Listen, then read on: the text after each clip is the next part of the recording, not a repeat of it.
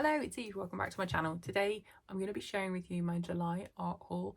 It's not a very big art haul, to be honest, because I was away for 2 weeks in the UK hanging with family, and then I've been concentrating on video content, so I haven't actually got an awful lot to share with you. But what I do have are some things that I brought back from the UK with me as well, so I'm going to dive in and show you those. Back in, I think it was like March, my partner asked me if I could help him create a print for a book that he's getting published. It's a couple of prints that he needs, and I knew that I had supplies somewhere but I couldn't find them, so I grabbed this gel press, which is a jelly printing plate. It arrived in July. I've not used it yet. I don't know how to use it. I've never experienced it, but I got it because apparently it's the easiest way to create prints. However, then I went back to the UK and I discovered, stashed away, my old lino cut set. I bought this maybe in like I want to say 2014. I used it to create, I'm not going to show it to you because this is the logo of my business back then, but I created it from lino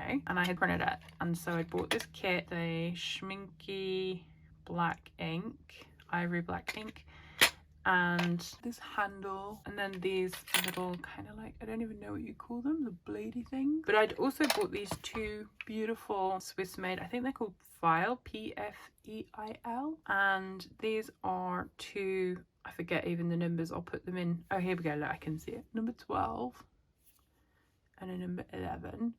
And I used these to create a print of, I think it was when the Star Wars film came out, that had Kylo Ren in it. Because I used to nanny years ago, and so one of the boys loved Star Wars, so I created a print for him.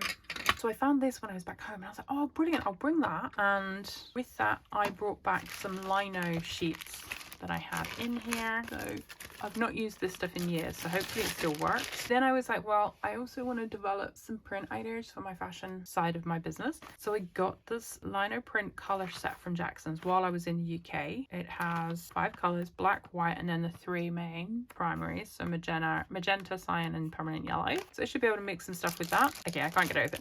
Then there's a Baron, I don't know how to say it, from the Czech Republic that I would really love, but it's so silly priced, and I'm not a professional printmaker, so that I can't justify that. So I got this Japanese one instead to help me get the ink from my lino onto paper.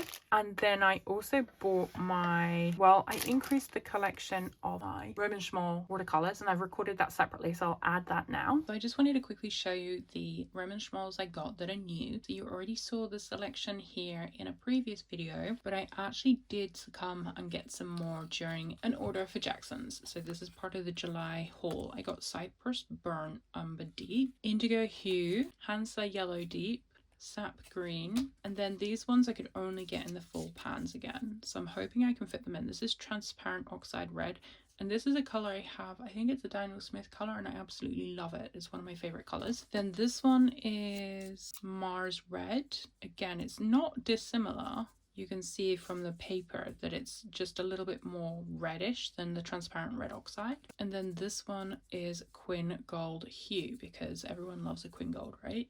So I'm going to quickly pop them in here and show you what that looks like. Okay, so I can immediately tell you that I cannot fit the wider pans in the gap that's remaining. So we're going to have to do a shuffle. That's fine. I'm very good at shuffling things, so I will do that and come back to you. So it took me a little while, but I've managed to get them into some kind of order. Here I have space for 2 more singles. I can't fit these larger pans in, they just don't fit, so that's fine.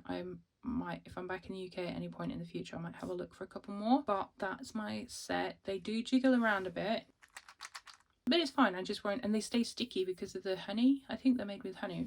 Correct me if I'm wrong, please. But they stay sticky. So even though I hadn't used them for like a few weeks because I've been away, when I was trying to take them out, I was getting paint on my hands. I did a kind of mini palette swatch guide just to make sure that they are how I want them to be. And I think I'm kind of starting here with the yellow, working my way round to the orange and the yellow gold, and going through the browns and the greens and the blues. The problem I have is I feel like the orange should be over here next to the yellow Azo Deep, but either side I have a large pan, the nickel titanate yellow and the potter's pink, and there's no way to fit those in here, so I can't fit that over here. I've tried. As well, I got myself a Manfrotto tripod. It's not in here because I'm actually using it, but it's a tripod that I thought it's quite light, so I can take it out and about when I do art outside. I might be on my terrace, or I might go somewhere. I live in the Netherlands at the moment, so there's plenty to explore, so I thought it would be interesting to do some sketching and have something to record the process. And then the final thing that I got, and I'm actually going to switch to the screen now, is I ordered it from Jackson's, but it didn't arrive before I left, and it's an easel for being outside. It's probably a bit too big and heavy because my dad, when it arrived, said it was quite heavy. I had gone off the fact that it said half size